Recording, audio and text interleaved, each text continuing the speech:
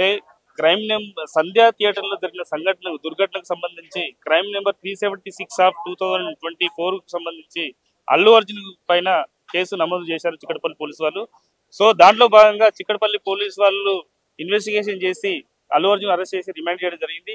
అదే రోజు అల్లు అర్జున్ సంబంధించిన న్యాయవాదులు హైకోర్టును అప్రోచ్ అయ్యారు. ఆ రోజు ఇంటరిమ్ బెయిల్ వచ్చింది. దాంట్లో కొన్ని నియమ నిబంధనలు ఇవ్వడం జరిగింది. ఆ నియమ నిబంధనలు ఉన్న క్రమంలో అల్లు అర్జున్ గారు ప్రెస్ మీట్ రిలీజ్ చేసి పోలీసు వారిని అండ్ స్టేట్ గవర్నమెంట్ ను ఒక అబాసు పాలు చేయడం ఉద్దేశంతో మాట్లాడడం జరిగింది. సో అదొకటి పక్కన పెడితే వీళ్ళు ఇన్వెస్టిగేషన్ లో భాగంగా దీంట్లో ఒక లేడీ చనిపోయింది కాబట్టి వాళ్ళ అబ్బాయి గాయాలపై చావు బతుకుల మధ్య కొట్టుమిట్టాడుతున్నారు కాబట్టి ఆ ఇన్వెస్టిగేషన్ లో భాగంగా అక్కడ ఏం జరిగింది, సంఘటన సంబంధించి ఏం జరిగింది అన్న కోణంలో వాళ్ళు ఇన్వెస్టిగేషన్ చేస్తున్నారు. సో ఆ రోజు జరిగిన సంఘటన ఏంటంటే సంధ్యా థియేటర్ వాళ్ళు చిక్కడపల్లి పోలీసులకు పర్మిషన్ అంటే వాళ్ళు పర్మిషన్ లెటర్ అడగడం జరిగింది. పోలీసు వాళ్ళు రిజెక్ట్ చేసిన క్రమంలో అదే రోజు ప్రివ్యూ షో 5 థియేటర్లు రిలీజ్ అయ్యాయి. సో 5 థియేటర్లు రిలీజ్ అయితే ఓన్లీ సంధ్యా థియేటర్కి వచ్చిండు. అది కొంచెం చిన్న సైజ్ లో ఉండడం వల్ల సో అక్కడ జనాలు ఎక్కువ అవకాశం ఉంటుంది, తొక్కిసలాట జరిగే అవకాశం చెప్పి ముందే చిక్కడపల్లి పోలీసు వాళ్ళు హెచ్చరించడం జరిగింది. ఆయన ఆ నిబంధనలు ఆయన పోలీసు వాళ్ళ హెచ్చరికను కూడా పక్కన పెట్టేసి వాళ్ళు అల్లు అర్జున్ ఆర్మీతోని కొంతమంది 40-50 మంది బౌన్సర్లతోని ఒక 2 గంటల ముందు సమాచారం ఇచ్చి పెద్దగా గుమికూడు చేసి సంధ్యా థియేటర్ రావడం జరిగింది. సో ఆ వస్తున్న క్రమంలో తొక్కిసలాట జరిగింది. ఒక అమాయకురాలైన రేవతి అనే ఒక లేడీ చనిపోయింది. వాళ్ళ అబ్బాయి చావు బతుకుల మధ్య ఉన్నాడు. సో ఆ కోణంలో ఇన్వెస్టిగేషన్ జరుగుతుంది. సో దానికి సంబంధించి ఈ రోజు ఎందుకు నోటీస్ ఇచ్చారంటే ఆయనకు సంబంధించిన స్టేట్మెంట్ రికార్డ్ చేయడానికి, దానికి సంబంధించిన విషయాలు తెలుసుకోవడానికి, వివరాలు తెలుసుకోవడానికి చిక్కడపల్లి పోలీసు వాళ్ళు అల్లు అర్జున్ గారు పిలవడం జరిగింది. దానిపైన ఇన్వెస్టిగేషన్ జరుగుతుంది. ఒకవేళ ఇన్వెస్టిగేషన్ లో పోలీసు వాళ్ళకు అల్లు అర్జున్ గారు సహకరించకుంటే ఒకవేళ సీన్ రీకన్స్ట్రక్షన్, ఎందుకంటే ఈయన చెప్పే స్టేట్మెంట్ కు ఒకవేళ అక్కడ జరిగిన సన్నివేశానికి ఆ వీడియో రూపంలో ఉన్నది కాబట్టి సో ఆ రెండింటి మధ్యలో పొందన లేకుంటే ఎన్నిసార్లైనా నోటీస్ ఇచ్చే అవకాశం ఉంటుంది. సో ఆ నోటీస్ ఇచ్చిన తర్వాత కూడా వాళ్ళు ఒకవేళ సహకరించకుంటే సీన్ రీకన్స్ట్రక్షన్ చేసే అవకాశం ఉంటుంది. ఒకవేళ దీనికి సంబంధించిన అల్లు అర్జున్ గారే పూర్తి స్థాయిలో నిందితులని భావించినప్పుడు ఇంటరిమ్ బెయిల్ కూడా క్యాన్సిల్ చేసే అవకాశం ఉంటుంది. సో మళ్ళీ నోటీస్ నుంచి దీని సెక్షన్లు కూడా ఆల్టర్ చేసే అవకాశం ఉంటుంది. ఎందుకంటే శ్రీతేజ్ కు సంబంధించి ఆయన చిన్న పిల్లోడు అండర్ 18 ఉండు, ఆయనకు సపరేట్ సెక్షన్స్ నుంచి ఉన్నది కాబట్టి సో దానికి ఆ కోణంలో కూడా పోలీసు వాళ్ళు ఇన్వెస్టిగేషన్ చేస్తారని చెప్పి భావిస్తున్నాం. ఇంటీరియం బెయిల్ ఇచ్చిన తర్వాత కూడా అల్లు అర్జున్ ప్రెస్ మీట్ పెట్టడం కోర్టు దిక్కన కిందికి రాదా? కోర్టు ధిక్కరణ అంటే వాళ్ళు ఆల్రెడీ టర్మ్స్ అండ్ కండిషన్స్ వాళ్ళు ఏం పెట్టారో దాన్ని బట్టి ఆయన చేసింది కావచ్చు. సో అది తప్ప ఒప్ప అనేది కోర్టు చూసుకుంటుంది, పోలీసు వాళ్ళు చూసుకుంటారు. పోలీసుల మీద కామెంట్ చేసింది కాబట్టి ఇచ్చారన్నమాట కదా.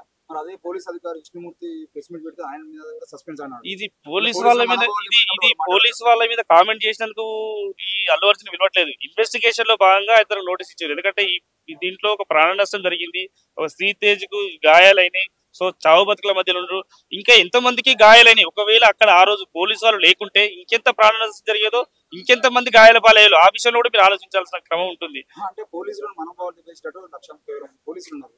వాళ్ళందరూ మనోభావాలు దెబ్బతీసేటట్టు సినిమాలో ఒక సీన్ ఉంది, టాయిలెట్ పోసేది. దానికి సంబంధించిన విషయంలో మన మనోభావాలు దెబ్బతింటే మాట్లాడడం తప్ప.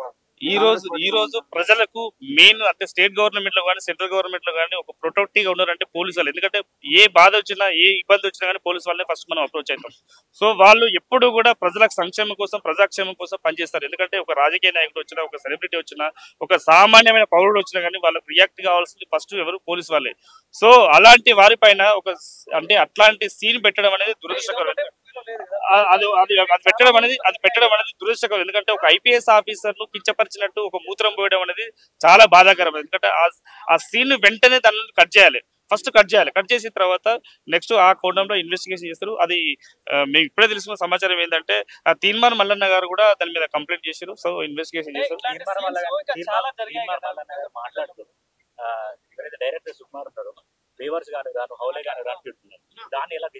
అంటే బాధిస్తుంది. ఒక సర్వీస్ చేసే వ్యక్తిని ఆ విధంగా అంటే ఎవరికైనా బాధ అనిపిస్తుంది. ఎందుకంటే ఒక స్టేట్ గవర్నమెంట్ లో ఒక కీలకమైన పాత్రలు ఉన్నప్పుడు, వాళ్ళు స్టేట్ గవర్నమెంట్ లో పనిచేస్తున్నప్పుడు వాళ్ళను కించపరిస్తే ఎవరికైనా బాధ అనిపిస్తుంది. ఆ బాధలో భాగంగా చెప్తున్నాను. ఆయన కూడా ఒక బాధిత విధంగా ఉన్నాడు కదా. సో ఆ సుకుమార్ అట్లాంటి సీన్లు పెట్టకూడదు, ఇక ముందు ఎంకరేజ్ చేయొద్దు అనే ఉద్దేశంతో పెట్టొచ్చు కదా. సినిమా రిలీజ్ అయినాక 20 రోజుల తర్వాత అలాంటి ఆరోపణలు చేయాల్సిన అవసరం ఏమన్నా? సినిమా రిలీజ్ అయిన తర్వాత చేయొచ్చు కదా. అవును, ఆ మూవీ చూసి నిన్న చూసి చెప్పింది కదా, చూసిన తర్వాత రియాక్ట్ అయినా నేను చూడలేదు, అంత అప్పటి వరకు సినిమా చూడలేదు, చూసిన తర్వాత రియాక్ట్ అయితే ఇట్లాంటి సీన్లు పెట్టకూడదు అని చెప్పి కంప్లైంట్ ఇచ్చారు. కింద పోలీసు వాళ్ళు కూడా కామెంట్ చేశారు, సార్ నేను సినిమా చూశాను, సినిమా చూసినప్పుడు ఆ సీన్ చూస్తే నాకు కూడా బాధగా అనిపించింది అని అంటారు. మరి వాళ్ళు కూడా కంప్లీట్ చేయడానికి అవకాశం ఉన్నా కూడా ఎందుకు చేయలేదు? అంటే ఇప్పుడున్న పరిస్థితులలో రేవంత్ రెడ్డి గారి ప్రభుత్వం పోలీసుల మీద ఒత్తిడి వల్ల ఏసీపీ గారు కూడా బయటకు వచ్చి అలా ప్రెస్ మీట్ పెట్టడం జరిగింది. దాని వెనుక ఉన్న కారణం ఏంటి?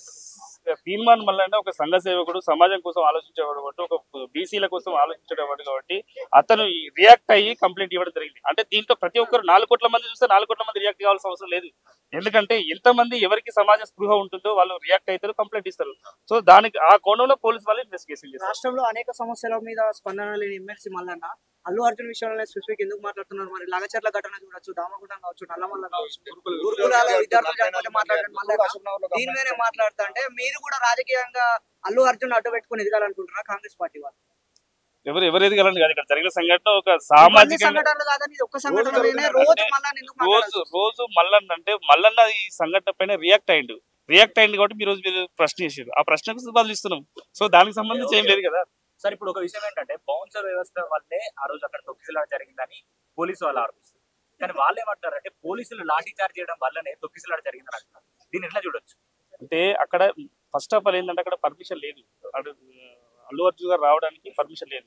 ఆ పర్మిషన్ లో భాగంగా ఏంటంటే పోలీసు వాళ్ళకు ఎవరైనా సెలబ్రిటీ వచ్చినా గానీ, ఒక సంఘంలో ఒక గౌరవమైన వ్యక్తి వచ్చినా గానీ, ఒక సెలబ్రిటీ వచ్చినా కానీ వాళ్ళకు సెక్యూరిటీ ఇవ్వాల్సిన అవసరం పోలీసు వాళ్ళకు ఉంటుంది, సమాచారం తెలిసిన తర్వాత. సో దాంట్లో భాగంగా అప్పటికే చాలా మంది గుమిగూడిరు అక్కడ, లక్షల మంది, వేలాది మంది గుమిగూడితే రేపొద్దున ఇంకా ఇంత పెద్ద ప్రాణ నష్టం జరిగే అవకాశం ఉంది, గాయాల పాలే అవకాశం ఉంది. దాన్ని కంట్రోల్ చేయడానికి కంట్రోల్ చేసిండ్రు. అంటే లాఠీ చార్జ్ చేయడం వాళ్ళ ఉద్దేశం కాదు, అంటే ప్రజాక్షేమం కోసం, ప్రజల సంక్షేమం కోసం వాళ్ళు అక్కడ ప్రొటెక్ట్ చేయడానికి. అంటే అల్లు అర్జున్ గారు కూడా రేపొద్దున ఒక సెలబ్రిటీ కాబట్టి ఆయన కూడా ఏమైనా జరిగే అవకాశం ఉంటుంది. సో దాంట్లో భాగంగా పోలీసు వాళ్ళు ప్రొటెక్ట్ చేయడం జరిగింది. వాళ్ళు వచ్చిండ్రు, వాళ్ళు కంట్రోల్ చేసిరు. ఒకవేళ పోలీసు వాళ్ళు అక్కడ కంట్రోల్ చేయకుంటే ఆ రోజు ఇంకా పెద్ద ప్రాణాలు నష్టం జరిగేది, ఇంకా గాయాల పాలయ్యే వాళ్ళు, ఇంకా ఆవాస పాలయ్యే వాళ్ళు. ఆల్రెడీ కోర్టులో కేసు నడుస్తున్నది అల్లు అర్జున్ పైన దాడి అంటే అది ఖండిస్తున్నాం, డెఫినెట్లీ అది తప్పే.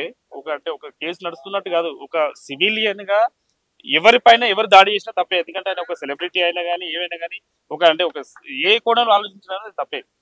దాడిలో అయ్యప్ప మాలేసిన అయినా అదే మాలేసిన అయిన పైన గతంలో దాడి జరిగితే ఇబ్బంది ఇలా మాలేసిన అయిన దాడికి పోయినారు.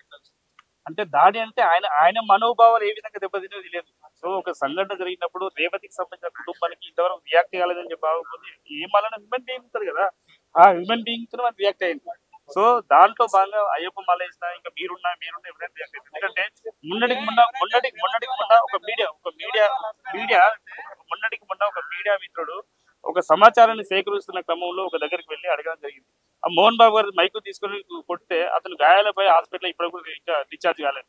సో అంటే కొన్ని సంఘటనలు అనుకోకుండా జరిగిన సంఘటనలు ఉంటాయి, ఆయనకు రియాక్ట్ అవుతారు అక్కడ. ఆయన మోహన్ బాబుకి ఏమున్నదో, ఈయనకి ఏమున్నదో, అల్లు అర్జున్కి ఎట్లున్నదో, సో ఆ స్వామికి ఏ విధంగా రియాక్ట్ అయ్యో తెలియదు. సో తెలంగాణ గవర్నమెంట్ సినిమా ఇండస్ట్రీని టార్గెట్ చేస్తున్నారు కావచ్చు, ఈ సినిమా ఇండస్ట్రీ అనేది ఇంకా ఏపీకి వెళ్ళిపోతుంది అనే పరిస్థితి ఉంది.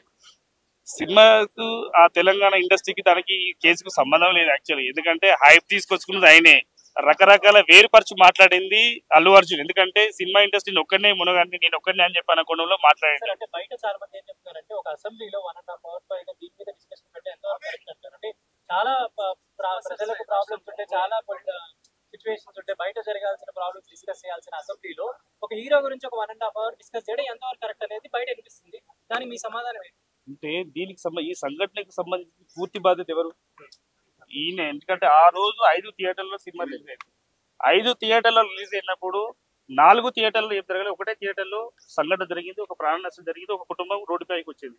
రోడ్డుపైకి వస్తున్న క్రమంలో సినిమాకు సంబంధించిన వ్యక్తి పైన వాళ్ళ ఇంటికి వెళ్ళి, అంటే ఇక్కడ ఒక రేవతి కుటుంబాన్ని పరామర్శించాల్సింది పోయి ఆ సినిమా యూనిట్కి సంబంధించిన వాళ్ళు కానీ సినిమా ఇండస్ట్రీకి సంబంధించిన వాళ్ళు ఒక రేవతి కుటుంబాన్ని పరామర్శించింది పోయి ఆ అల్లు అర్జున్ గారి పైన సింపతి చూస్తున్నారు.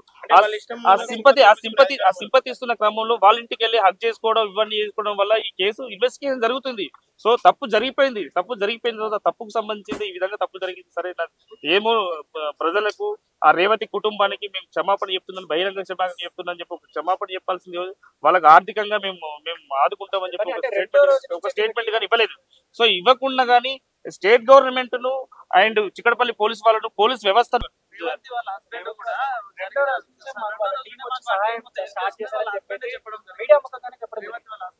Case withdraw చేసుకున్నట్ట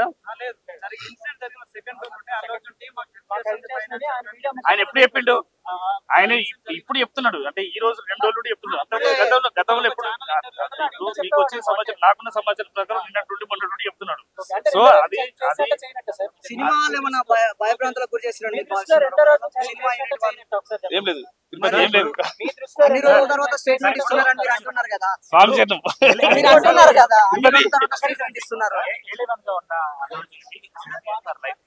A1 to A10 ఎట్లుంటుందో A11 కూడా అదే ఉంటుంది ఎందుకంటే అందరికి శిక్షకు అర్హులే కదా దాంట్లో కేసులో భాగంగా అందరూ ముద్దాయిలే అందరికి శిక్ష పడే అవకాశం ఉంది ఒకవేళ ప్రూవ్ అయితే ప్రభుత్వం ఏకపక్షంగా సినిమా ఇండస్ట్రీ చాలా మంది చెప్తున్నారు.